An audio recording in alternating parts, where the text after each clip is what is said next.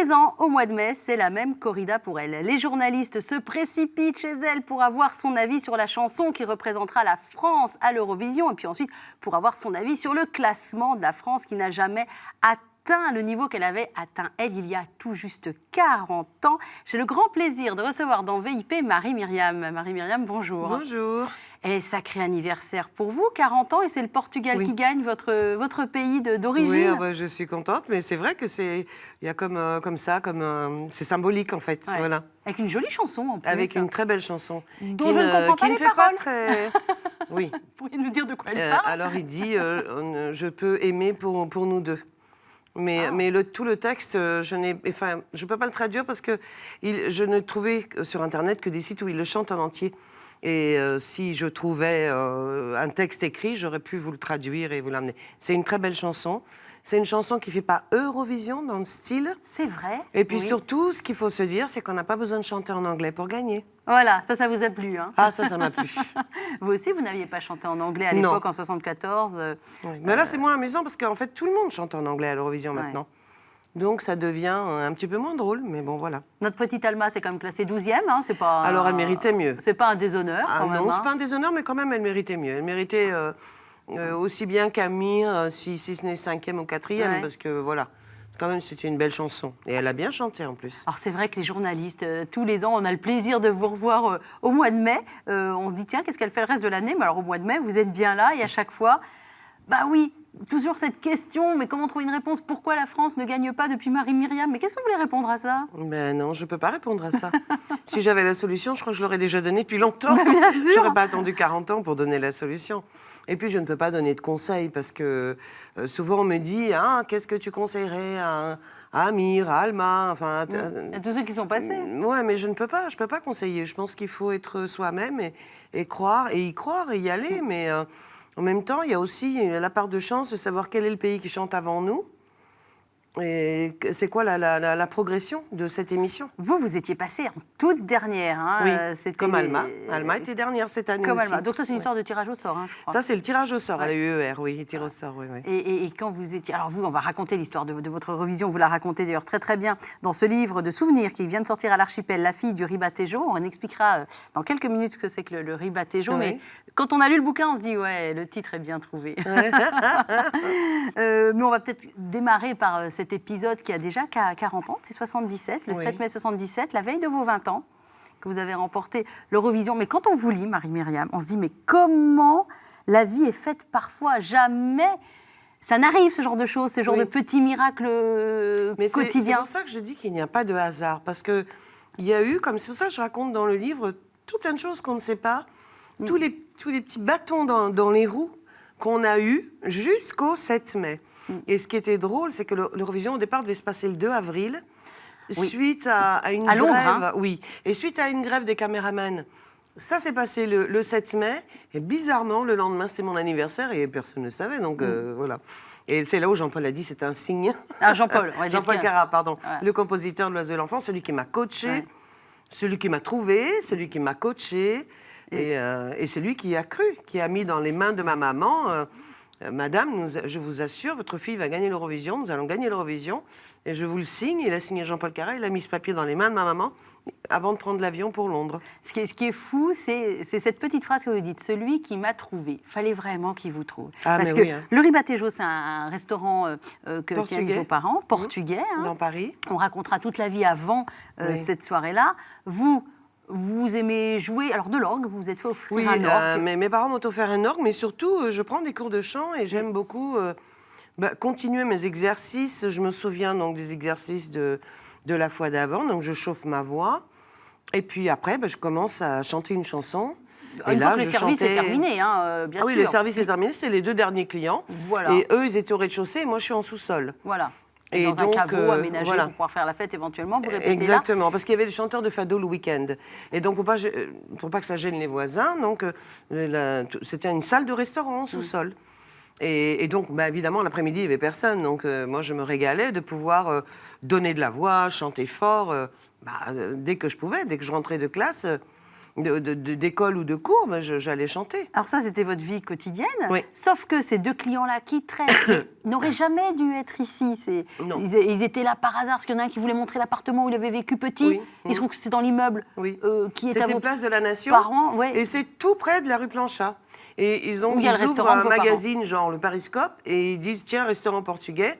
Comme Jean-Paul Cara venait arriver du Portugal, il a dit, bah, écoute, on va manger là. Je viens de faire un voyage au Portugal, c'est très très bon. Tu vas voir, viens, on va manger portugais. Et il débarque dans le Avec son restaurant de ami. mes parents.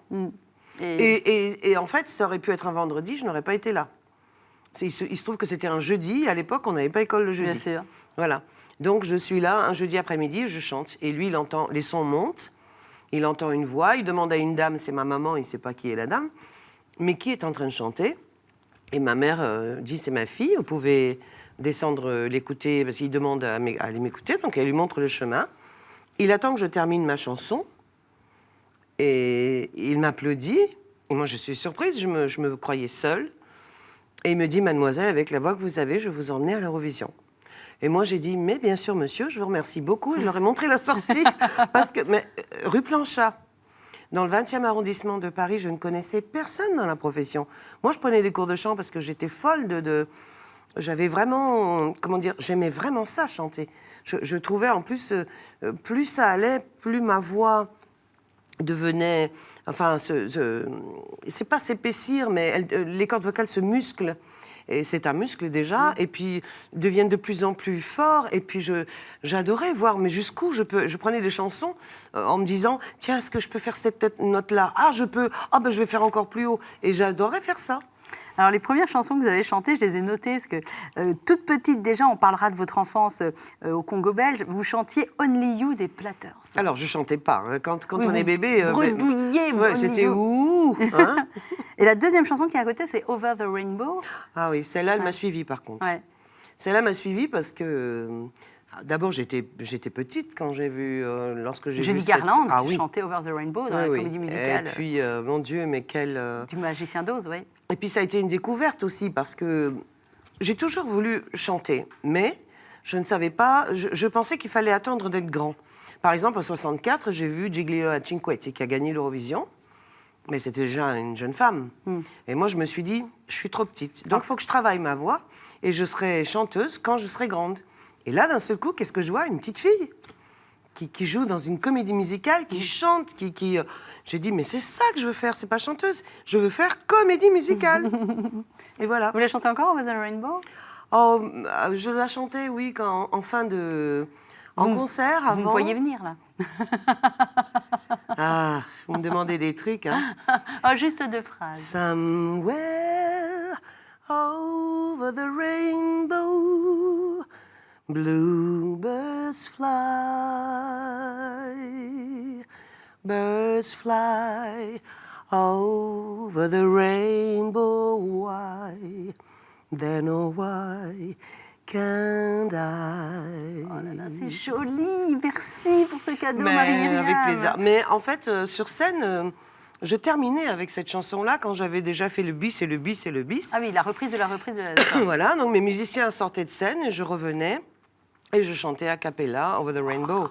Et parce que c'est comme ça que c'est beau, c'est une chanson comme celle-là chantée a cappella, mais c'est voilà, les gens sont comme ça en suspense, c'est le suspense en fait. Mais alors, donc, ils ont trouvé leur voix, Oui. d'accord?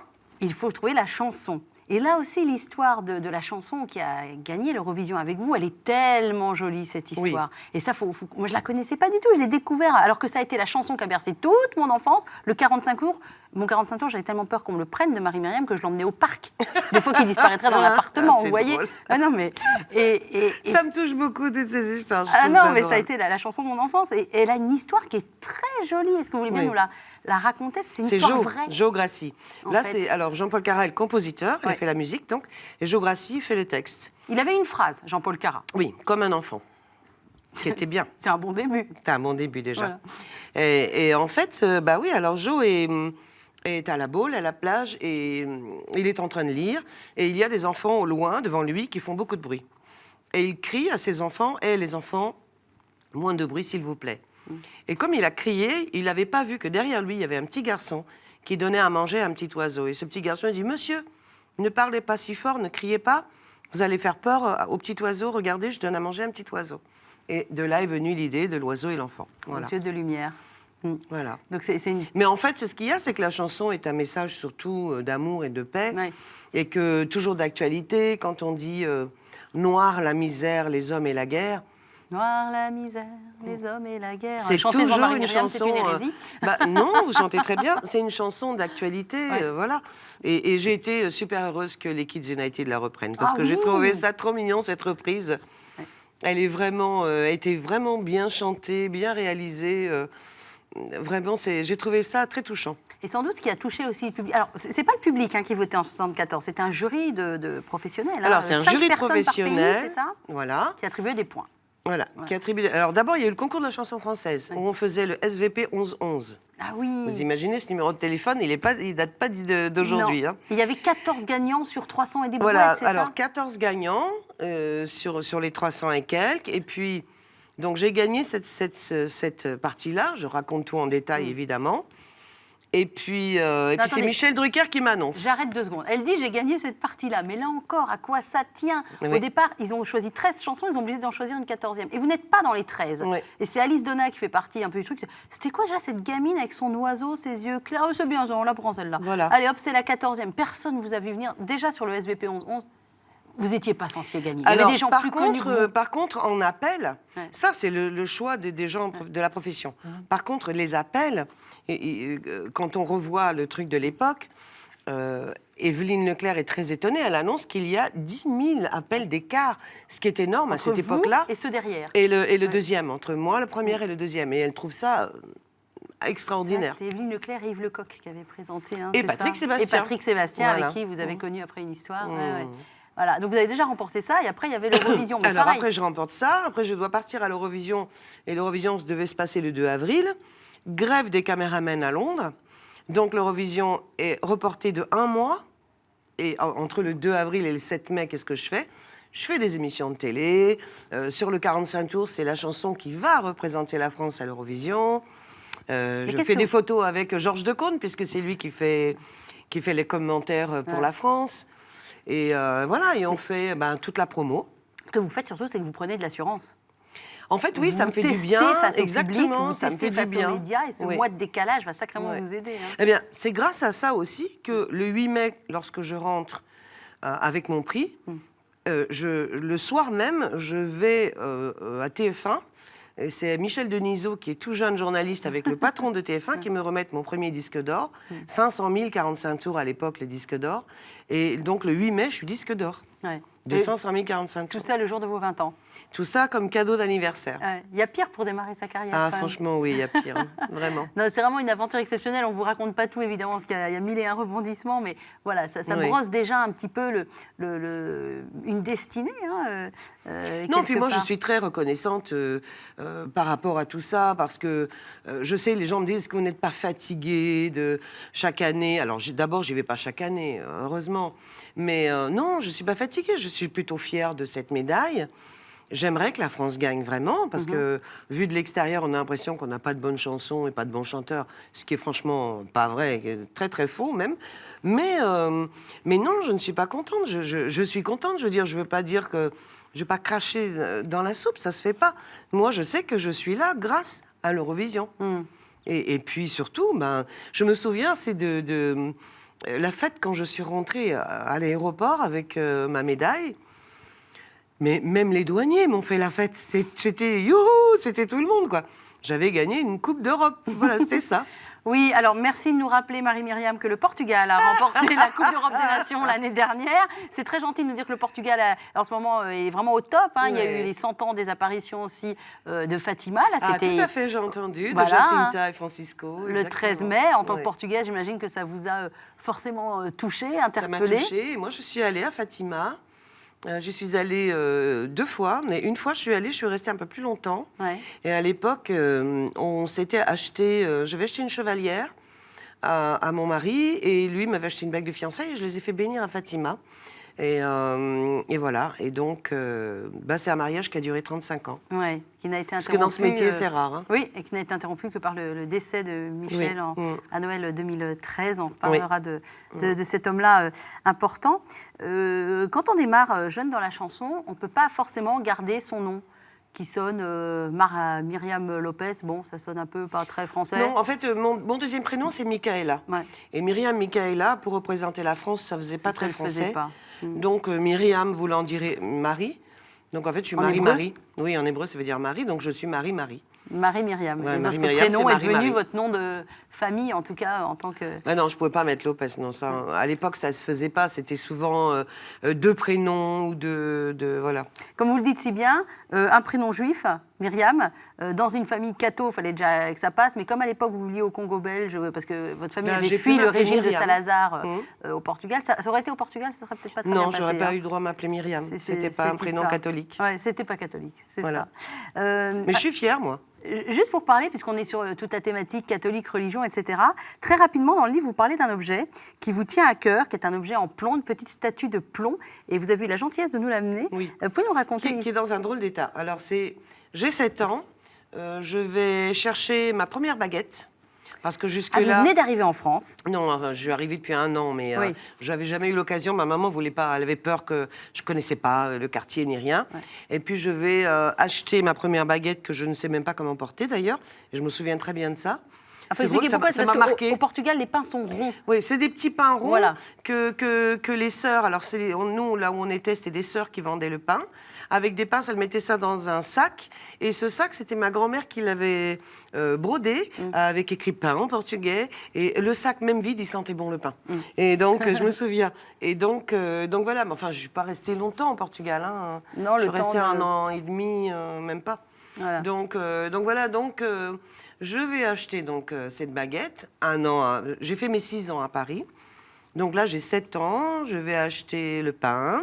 Et puis, je vois, sur le trottoir, il y a un camion, Ben, avec tout plein de personnages, mais je ne distingue pas ce que c'est. Ces personnages sont gris, je ne sais même pas en quoi c'est. Et je sautais, j'essayais de voir ce que c'était. Et donc, le chauffeur du camion m'a dit « Hé, petite, tu en veux un? Viens, je t'offre un. » Donc, il me prend comme ça, et moi, j'ai pris, mais au hasard. Parce que je n'avais pas le temps de choisir. Ils étaient tous comme ça, les uns sur les autres. C'était une collection qui était à lui. Comment? C'est une collection qui était à lui? Non, je pense que c'était soit pour être des personnages, parce que c'est du plomb. Ouais. Donc je pense que c'était pour, avec du plâtre, faire des personnages, soit pour les crèches. Voilà, je crois que c'est plutôt ça. D'accord. Je crois que c'est un...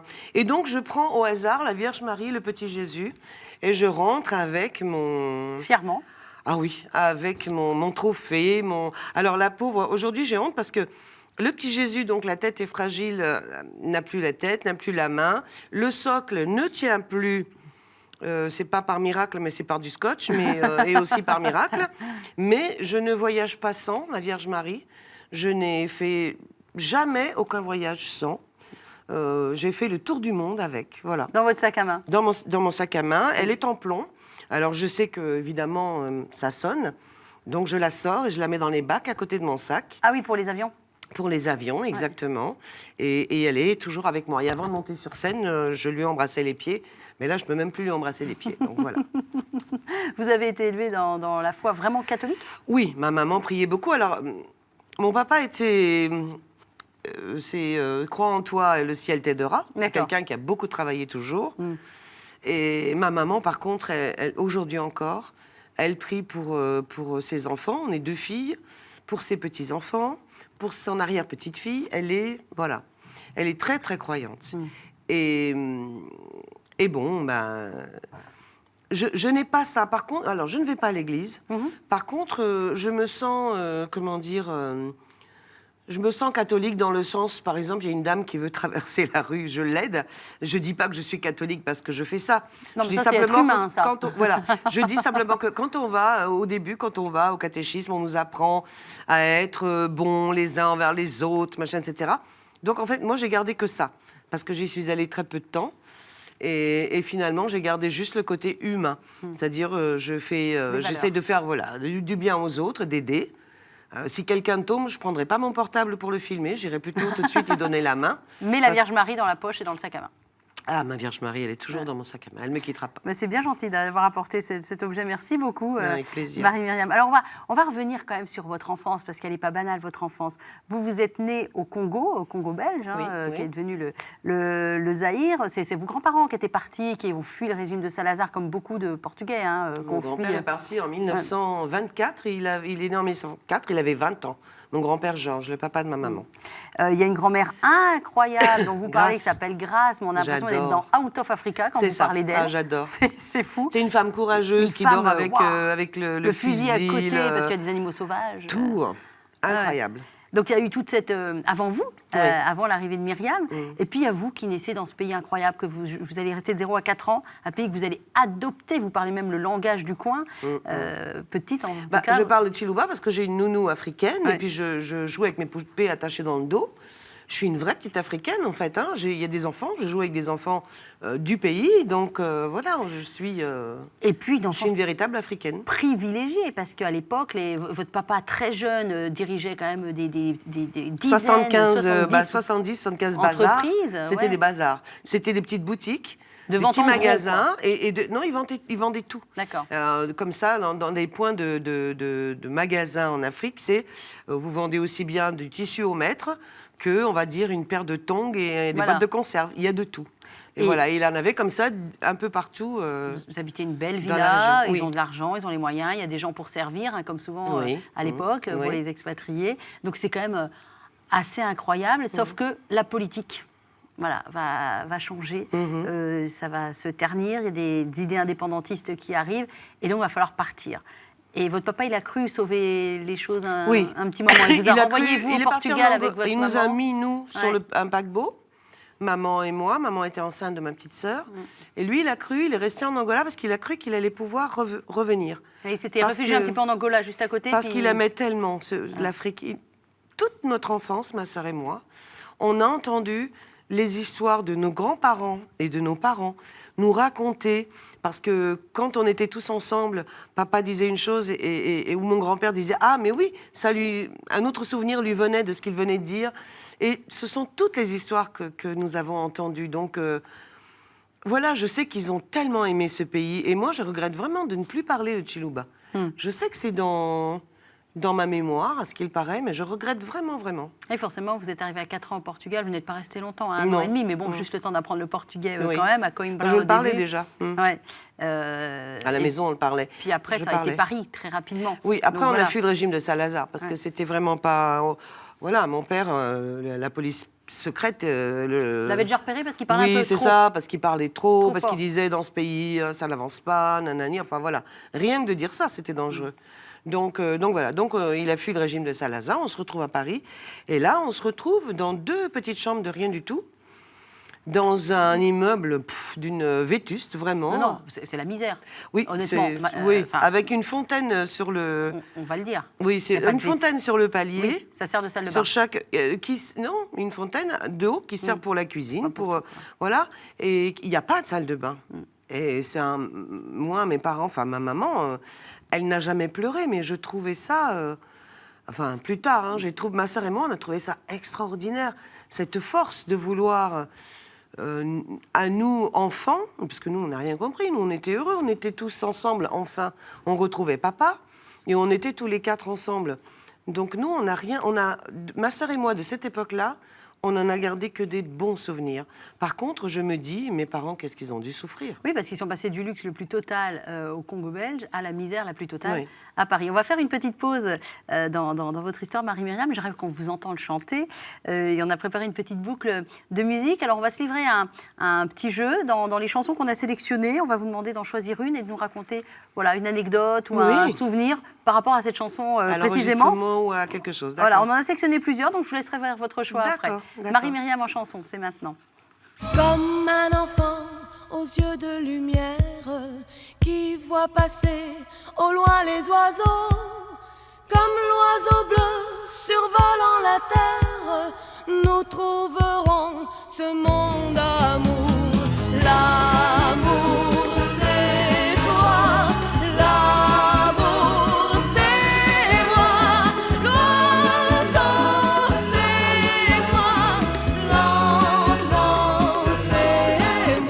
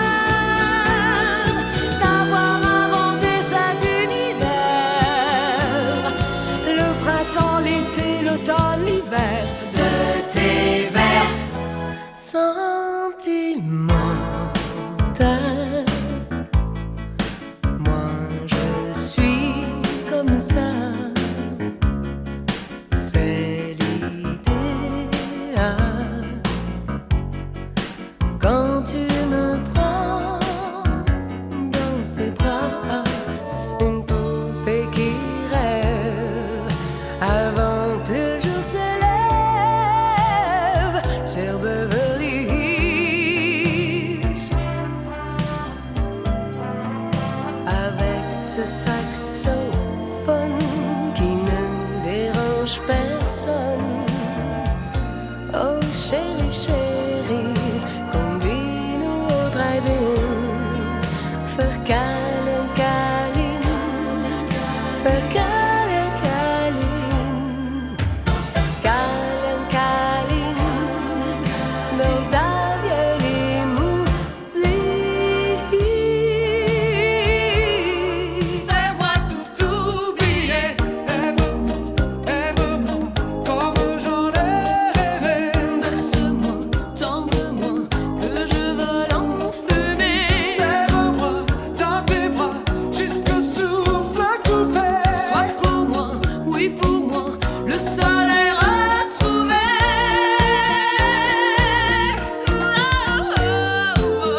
Dis-moi les mots, dis-moi les silences, dis-moi ce qui est beau, ce qui fait qu'on vit, qu'on avance. Dis-moi, je t'aime, je sais que tu m'aimes aussi. C'est écrit dans les draps de la nuit. C'est écrit dans nos yeux, dans nos envies. Je t'aime, je sais que tu m'aimes aussi. Comme ces anges, que rien ne dérange là-haut.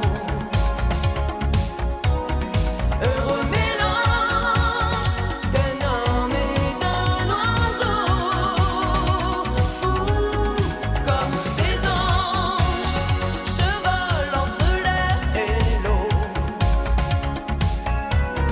Tout recommence au bleu du ciel immense là-haut, comme des anges.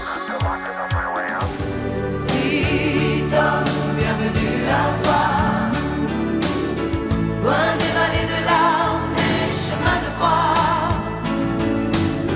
Comme tu t'aimes déjà, mon petit homme à moi.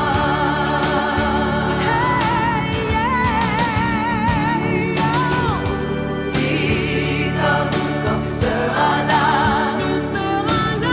comme une loupe humaine, je verrai sur toi.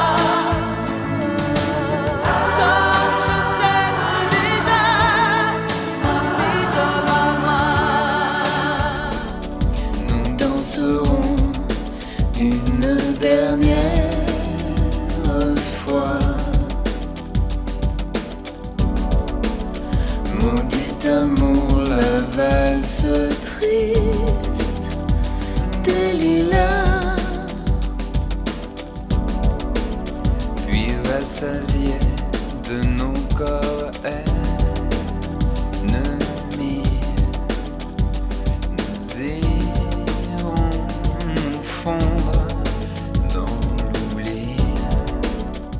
Voilà, Marie-Myriam est avec nous dans VIP avec un disque pour célébrer ses 40 ans de carrière sur lequel vous allez retrouver toutes ces chansons, mais tellement d'autres aussi. Et puis je rappelle le livre à l'archipel, Souvenir, la fille du ribatejo, du nom du restaurant de ses parents qu'il tenait à Paris. Alors je vous ai lancé un petit défi, hein, Marie-Myriam, je vous ai dit quelle chanson vous avez envie de mettre en avant. Moi je vais commencer par la mienne, si ça ne vous dérange pas, parce qu'à la maison on écoutait bien sûr Mais si, bien sûr. L'Oiseau et l'enfant, mais il y avait Sentimental aussi. Ah oui, bien On a sûr. beaucoup écouté Ouais, chez ouais, moi. ouais. Vous avez une anecdote sur cette chanson, Sentimental J'ai enregistré Sentimental, j'étais enceinte.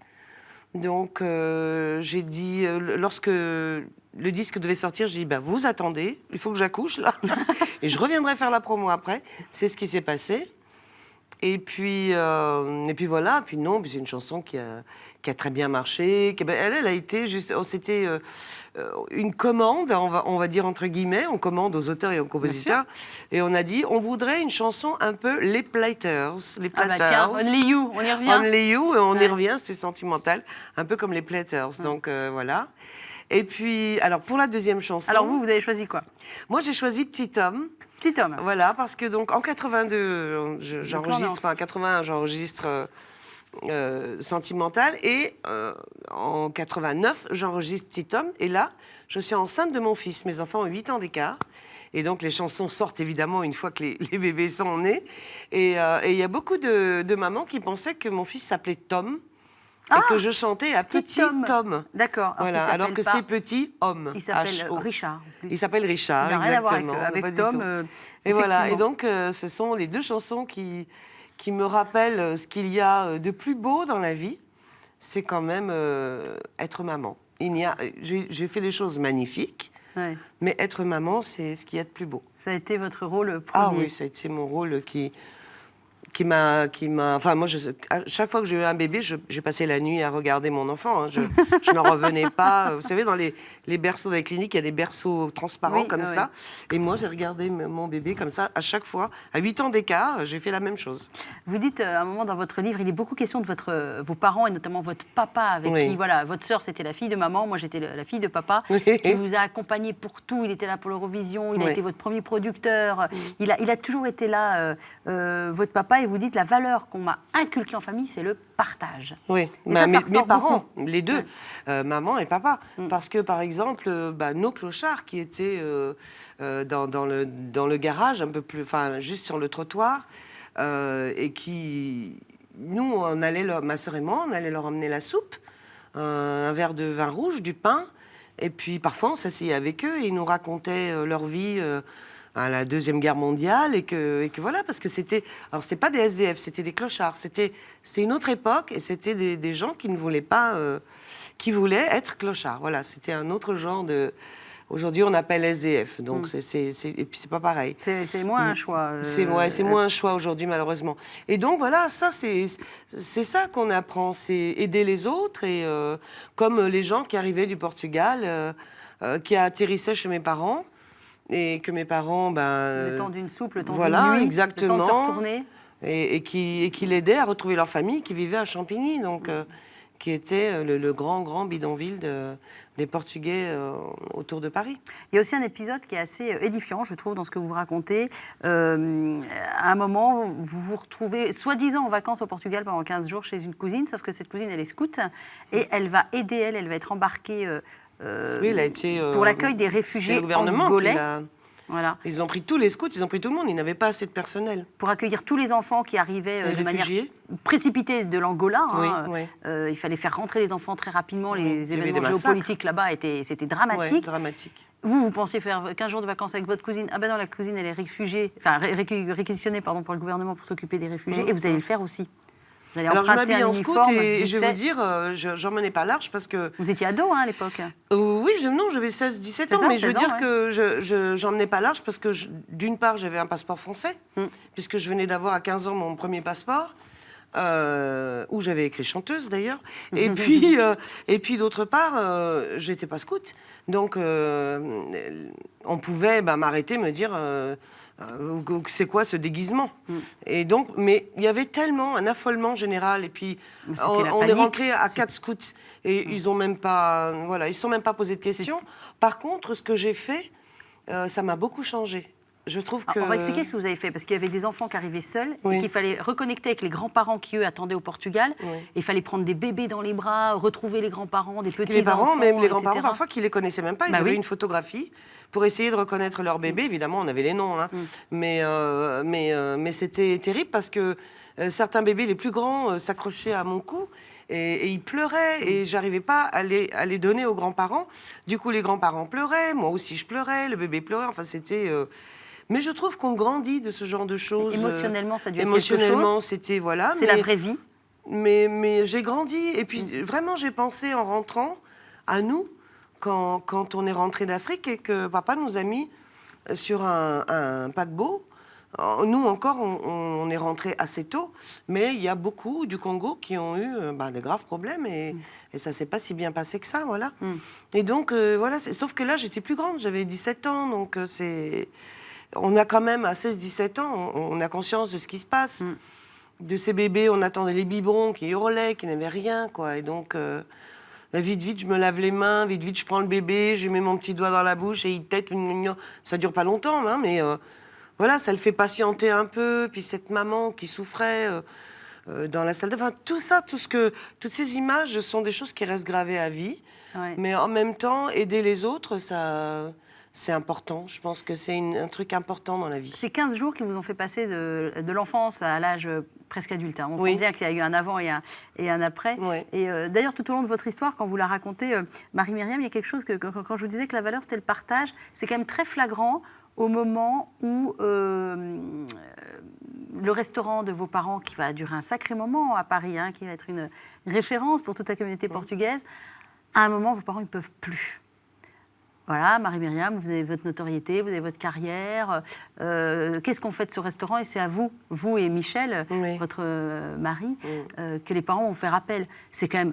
Et moi, je me suis dit, mais elle va quand même pas reprendre le restaurant. Avec la carrière qu'elle a, elle va pas se remettre à faire de la cuisine portugaise, machin, racheter un restaurant. Puis son mari, qui l'a tellement accompagné dans sa carrière, il va pas se mettre à tenir Oui, un qui n'y connaît restaurant rien, qui qui n'y était connaît directeur rien. artistique, Et je- directeur de production, il n'était pas du tout dans la Vous restauration. étiez tous les deux dans Et la puis, musique non, mais depuis moi des- moi j'avais un chef, heureusement, parce que Bien j'étais pas sûr. toujours là. Mais malgré tout, vous l'avez repris ce restaurant. C'est pas vrai, elle l'a repris. Mais oui. Incroyable. Oui, parce que, bon, d'abord, c'était le rêve de mon père. Ouais.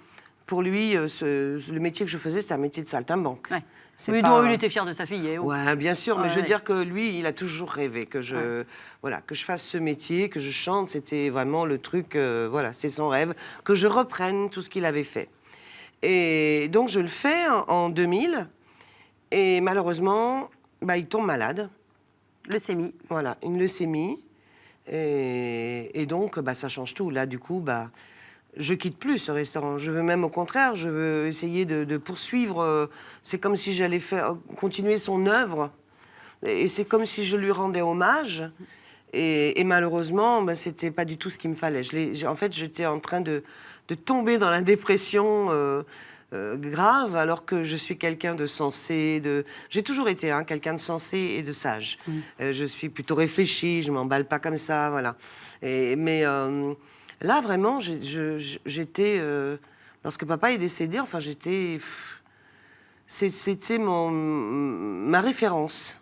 Il était ma référence et c'est tout ça qui s'écroule, quoi, d'un coup. Donc, c'est pour. Et comment, ce qu'on peut appeler une fausse bonne idée, comment on se dit, je vais continuer l'œuvre de papa, je vais tenir ce restaurant, et comment, en fait, ça... Je pense que beaucoup de gens vont se reconnaître dans cette histoire. Ce ne sera pas un restaurant, ce sera autre chose, mais ça empêche finalement d'aller au bout de son deuil, de faire son Oui. deuil et d'avancer aussi pour Ah, soi. ça empêche parce qu'en fait, bon, le changement de nom, on l'avait fait avec lui.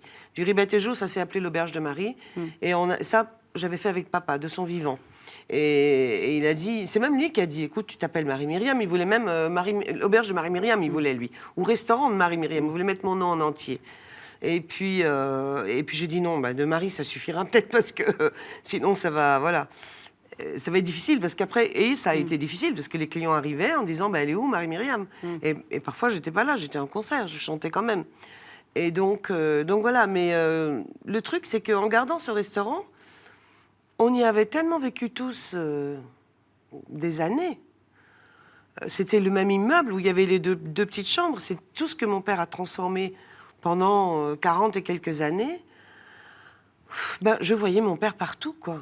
Et finalement, ça m'empêchait de faire le deuil. Et je crois que lorsque j'ai pris une décision, c'est difficile de tourner certaines pages, mais je pense qu'il faut se forcer à le faire, vraiment. Et il faut le faire, parce que ça aide au final. Au début, c'est dur, c'est vrai. Moi, j'osais pas, hein. J'osais pas me dire, et je m'en vais, je vais quitter ce Et puis, lieu. peur de quoi? Peur d'oublier papa? Peur Mais d'oublier non, ce peur qu'il de me avait dire, été mon Dieu, mais tu es vraiment... tu es moins que rien, quoi. Tu te rends compte, c'est la mémoire de ton père qui est là, et toi, tu t'en vas. Tu n'es pas reconnaissante, tu es vilaine. Moi, je me disais ça. Et puis finalement, j'ai pris sa photo, qui est Qui chez était au moi mur, aujourd'hui, hein, qui était au mur au ouais. restaurant. Ouais. Et j'ai pris sa photo, j'ai fermé la porte et je suis partie avec lui, donc dans ma maison en Seine-et-Marne. Et bizarrement, c'est là où j'ai commencé à me sentir mieux. C'est là où bien sûr que mon père est toujours dans mon cœur, tant que je vivrai, il sera là.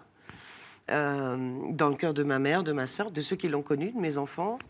Et mais par contre, c'est comme cette page qui se tourne, c'est comme accepter quelque chose, accepter un fait qu'on ne peut pas changer. En tout cas, Voilà. vous en parlez très très bien de votre papa dans le livre. Hein. Je vous Mais assure on qu'on l'a s'attache, adoré, notre papa. qu'on s'attache à lui. Et puis il y a un autre homme aussi, tous ces hommes qui partent, votre mari qui est parti Michel. aussi beaucoup trop tôt, subitement, Oui. d'un infarctus. Comment vous appelez ça, un Alors infarctus c'est un infarctus massif. Massif, En c'est fait, ça. ça veut dire que c'est... Ouais. Il n'a jamais eu mal au bras ni au cœur, comme on voit dans les films, se tenir, quand on a une douleur comme ça. Il est mort en 1 seconde. Ah, voilà. Et lui-même, il ne s'est pas rendu compte qu'il était décédé. Il est dans vos bras. Hein. C'est quand même très dur à lire. On se dit, mais par quoi elle est passée, quoi? Par quoi elle est passée? Et là, C'est- alors, d'abord, se rendre compte qu'il est mort, déjà, parce qu'au départ, on est tellement choqués que, pour moi, il avait fait genre un malaise vagal, il était évanoui. Et je l'ai su après qu'il était mort, en fait. Et puis, tout ce que j'ai fait, que je raconte. Oui, le massage cardiaque. Et voilà. Mais surtout, c'est l'annoncer à ses enfants. C'est pas des choses qu'on dit au téléphone. Et quels sont les mots pour dire ça? C'est-à-dire que je vais les appeler, et je sais, enfin, je vais leur dire de venir, et je sais que ce que je vais leur dire, je vais leur faire mal. Et moi, une maman, c'est pas fait pour faire du mal à ses enfants. Et en plus, c'est Noël. C'est littéralement Ah à oui, quelques c'est jours Noël, de c'est la Noël fin de l'année. 2013, qui était la fête la plus importante pour la famille. Oui, pour nous, oui. Souvent, en tout cas pour vous particulièrement. Oui. Et c'était en 2013, et quand on referme le livre, on se dit c'était en 2013, mais c'était hier quand même. Bah, hein. c'était hier. on Et sent que aujourd'hui encore, c'est hier. Ouais. On sent que c'est un homme qui vous a accompagné longtemps, qui continue de vous accompagner, qui continue de vous regarder en tout cas, et de Ouais. vous tenir la main. Ouais, non, je ne veux pas vous faire pleurer. Je ne veux pas vous faire pleurer, Marie-Myriam. Pas du tout, du tout. C'est quand même pas anodin, je trouve, d'écrire sa vie, de revenir sur... voilà, on remue, j'imagine que vous êtes allé chercher des photos, on remue le passé, on remue... Qu'est-ce que vous Oui. retenez de toute cette vie que vous avez couchée sur papier, enfin, des choix que vous avez faits, Alors, on ne peut pas tout dire, hein, mais... j'ai eu du mal. C'est dur à faire? Oui, j'ai beaucoup pleuré. Il y a des passages rigolos, je me suis amusée. Ah bah oui, Il y honnêtement. en a d'autres, j'ai beaucoup pleuré, mais je me dis qu'en fait, pas en écrivant, parce que quand on écrit, on écrit. Ouais. Mais par la suite, en relisant, ça a été D'accord. une thérapie. C'est-à-dire que mettre des mots sur des douleurs, c'est une thérapie. Mais vous ne l'avez Qu'on pas fait pour publie- ça au début, hein? Non, pas du Non, tout, oui. mais qu'on le publie ou pas, c'est vraiment un conseil. Et c'est une vraie thérapie. Et c'est très bien de faire ça. C'est Et très, très bien. Qu'est-ce qu'elles ont dit, votre maman et votre sœur? Elles n'ont pas eu le livre tout de suite, comme mes enfants non plus, ils l'ont pas eu tout de Ah oui. suite. Parce qu'il a fallu le faire imprimer. Ah, enfin, vous il y a ne l'avez plein pas de fait lire choses. avant? Ah non, non, pas du tout. Non, non, non. Ah, d'accord. Ah oui. Et alors, ils ont réagi comment quand ils l'ont lu? Ah ben, tout le monde a pleuré. D'accord. Tout le monde a pleuré. Et puis, tout le monde a trouvé émouvant.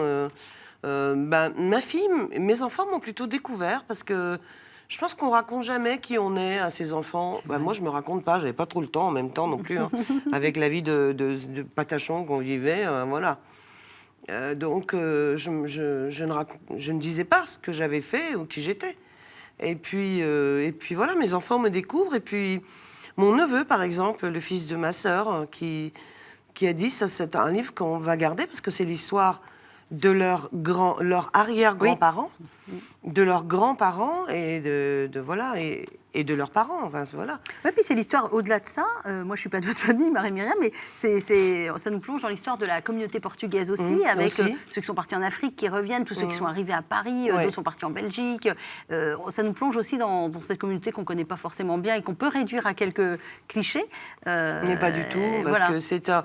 Ah, vous en avez été victime un petit peu, hein, des clichés sur les Portugais. vous, Ah un oui, peu. moi j'en ouais. ai... Enfin, ma maman en a souffert, et même moi aussi. Ouais. Mais bon, c'est pas grave, c'est pas un... moi, je le dis, mais je ne suis pas restée, je me suis pas arrêtée à ça.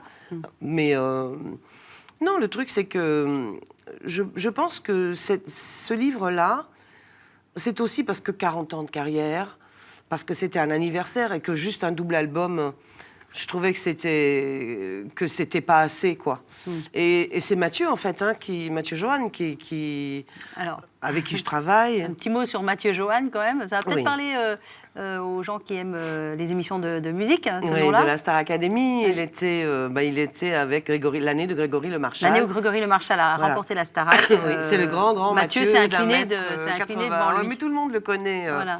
Et tout le monde le reconnaît encore aujourd'hui. Et c'est votre fils adoptif, un peu, on va dire ça comme C'est ça. mon fils adoptif et je vous le connais aide. depuis 20 ans. Il vous aide dans... Non, c'est lui en fait oui. il aimait beaucoup Michel et Votre Et, mari, oui, ouais. ils s'entendaient vraiment très très bien aussi. Et d'ailleurs, il a remplacé Michel. Je suis partie en tournée avec lui sur les routes. C'est Mathieu qui me conduisait. Et, euh, et chaque fois qu'il faisait un truc, il disait oh, Michel, tu vas voir, il va adorer ça.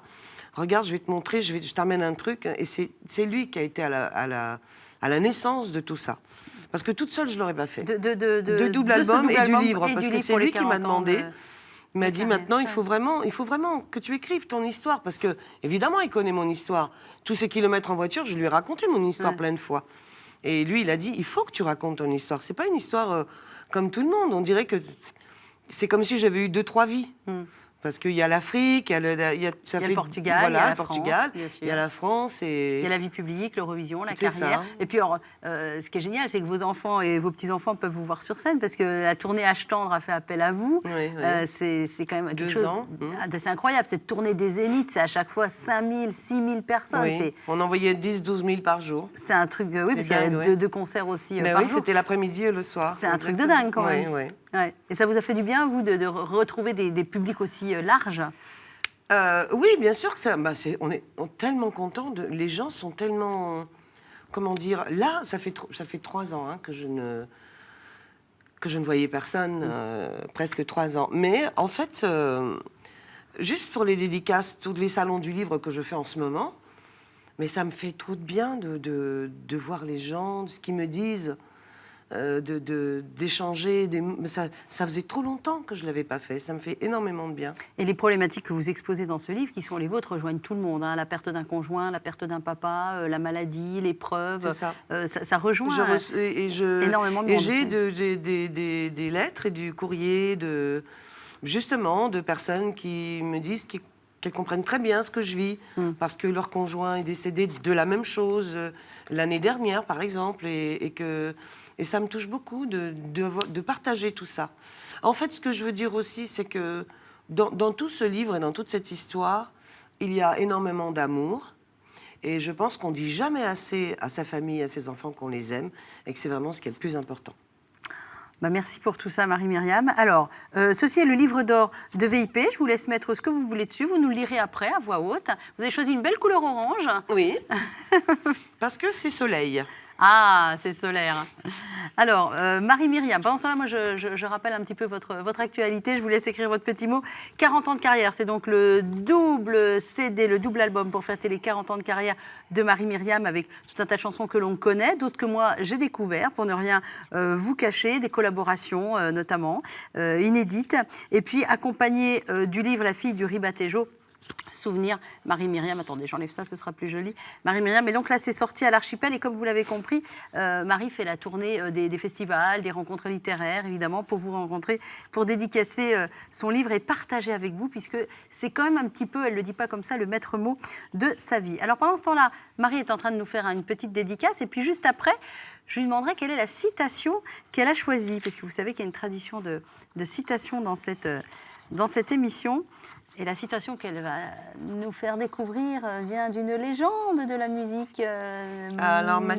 citation... Alors, attendez, on commence déjà par le petit mot. D'accord. Par le petit mot que vous nous avez écrit, Marie-Myriam, qu'est-ce que vous nous avez écrit? À tous, un grand merci pour ce moment. Je vous embrasse affectueusement. Marie-Myriam, Merci. je tiens à l'affect. Si vous... Ah, oui. Hop, hop, hop, hop, voilà. oui, c'est vrai. Et je vais vous demander, alors voilà, je demande à tous les invités de venir Alors, avec ma une... citation, Une c'est une citation de John Lennon. C'est une Ouais. citation sur le bonheur. Alors là, je vais être obligée de... Allez, là, je ne la connais pas par cœur. Oui, mais elle est assez longue, hein. Non, elle n'est pas longue, justement, elle est très courte. Non, mais j'essaie de vous sauver la mise, là, Marie-Myriam. Donc si, elle est longue, cette citation. C'est normal que vous ne la connaissiez pas par cœur. Alors, John Lennon, qu'est-ce qu'il a dit? Quand je suis allée à l'école, ils m'ont demandé ce que je voulais être quand je serais grand. J'ai répondu, je voudrais être heureux. Ils m'ont dit que je n'avais pas compris la question et j'ai répondu qu'ils n'avaient pas compris la vie. Pourquoi cette citation? Parce que finalement, c'est la quête de tout le monde. C'est la quête du bonheur, c'est la quête d'être heureux, c'est la quête d'un certain équilibre. Et c'est ma quête actuellement. Et vous diriez, aujourd'hui en tout cas, que vous êtes une femme heureuse, ou vous diriez les choses comment? Heureuse quand je suis avec mes enfants, mes petits-enfants, oui. D'accord. Maintenant, heureuse tous les jours dans la vie, Pas Non. encore. La perte de Michel est trop récente. C'est trop récent, mais c'est un équilibre à trouver. Et déjà, ce que je fais, ça me rend heureuse. De voir les gens, d'échanger, ça me rend heureuse. De vous reconnecter, on va dire, Oui, parce que de me vous dites pendant reconnecter. 3 ans, j'ai vu à peu près personne. Hein, on Oui, connaît c'est tous ça. ce côté, on se renferme, ce côté Oui. ours. Ah, puis moi, je suis assez comme ça. Je suis assez Ouais. un éléphant qui va mourir d'un truc des Seul, éléphants. Ouais, loin. oui, moi, je suis comme ça. Ouais. Quand ça va pas, je m'éloigne. Sauf que la vie vous appelle, Oui. vos enfants, vos petits-enfants, Mathieu dont on parlait, et puis ce public hein, Oui. dont vous vous rendez compte qu'il est toujours là. Oui, c'est incroyable. Ouais. C'est juste incroyable. Et ça me... Ils savent pas à quel point ça me touche. Et je pense qu'ils s'en rendent pas compte, mais je suis pas très non plus... ouais, super, machin et tout. Mais moi, c'est poum, poum, voilà, c'est ça. C'est là où ça se passe. Vous leur dites Ça en se tout passe cas. dans mon cœur. Ah oui, vraiment, je leur dis. En tout cas, je Et vous je les remercie infiniment de nous avoir fait confiance, C'est moi. d'être venu vous livrer à l'occasion de la sortie de ce double album et de ce livre. Qu'est-ce que je peux vous souhaiter pour la suite? De trouver ce que je cherche, cette quiétude. D'accord. Eh ben, je vous le souhaite avec beaucoup de sincérité, Marie-Myriam. Merci beaucoup. Merci beaucoup et bonne Merci à vous. continuation.